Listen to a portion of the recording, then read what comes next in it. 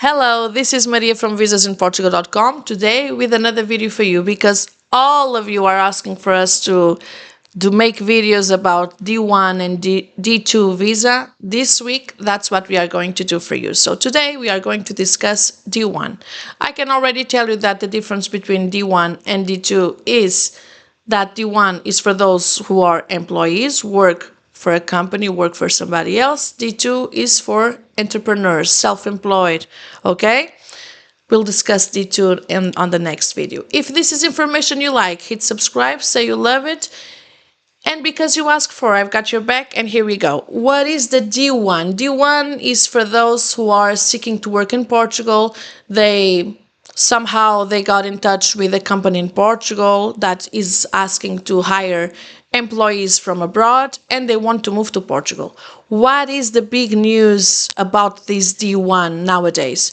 Well, before you would come to Portugal with a tourist visa and you would apply to work in Portugal with something that we called Manifestação de Interesse, MI, and you would do all the process from within Portugal. Nowadays, MI, Manifestação de Interesse, doesn't exist anymore, and all the procedure to apply to come to Portugal are made at the VFS or the Portuguese embassy in the countries where you live in, where you are origin from.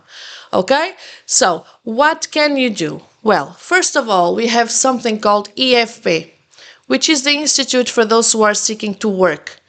In that platform, you can go to IFP online. In that platform, you'll see all the jobs where employers are asking to get filled in, all those applications, okay? You can submit your application, you can go through the whole process remotely, and if you are assigned to that task, if you get that job, then the employer will send a document for you saying that yes, they are going to hire you and they will want you to move to Portugal. All this process is going to be done from the Portuguese embassy in the country where you are in. So let's imagine you are living in the US and you want to work for Portugal. You want to come and join us in this beautiful country, Portugal. You want to move here. What are you going to need? First of all, you need a valid passport that has more than 6 months. You are going to need a promise of contract to work or a working contract, okay? You are going to need something that it's really important and that makes most of the people to lose their visa application and to be denied when coming to Portugal, when moving to Portugal to work. What is that? A statement from IFP saying that yes, that there was an application in their portal, in their website, saying that yes, that employer was looking for someone to fill in that job application. Yes, you do fill the requirements, you do have a history or background of that, or for some reason that's your CV and they have all the information, and yes, you are up to that job, so it's not a big scam, it's all true. The employer needs someone to fill in that job gap, and you have all the requirements to fill in that job application. This is really important. If you have that IFP statement, then the visa is granted. How can you get that? You need to ask the employer to help you with that. So what does the employer need to do? They need to do their promise to working contract or the working contract, and they need to contact IFP in order to get this done and for the visa application to be valid. You are going to need a 6 months passport. You are going to need a criminal background check. You are going to need to show that you have means of subsistence in the way that the employer will provide how much you are going to earn as salary. You are going to need to have property. Where are you going to live? A rental contract, a nice house for you to stay in, right? You need to show that you have a bedroom. Sometimes, in these cases, what often happens is that the employer, when they do the promise of contract or the contract, they provide a place for you to stay in. And this is huge because that can take you a long way in the process, okay? You are also going to need to show 2 pictures of you in order for the visa to be submitted, and of course you need to sign in the form, but this you'll do at the VFS or at the Portuguese embassy.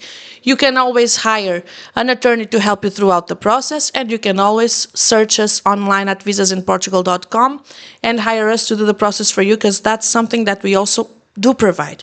Now, big things that most people oversee, and that's why their visa application to work in Portugal is not approved and it's denied. Very important, the passport needs to be more than 6 months. Another thing very important, the criminal background check needs to be less than 3 months, okay? Because in Portugal, documents are only valid for 3 months. So the criminal background check needs to be valid, needs to have at least maximum 2 months, okay? The form needs to be signed there, and the EFP statement from the Portuguese governmental office needs to be also 2 months, 2 months and a half, okay?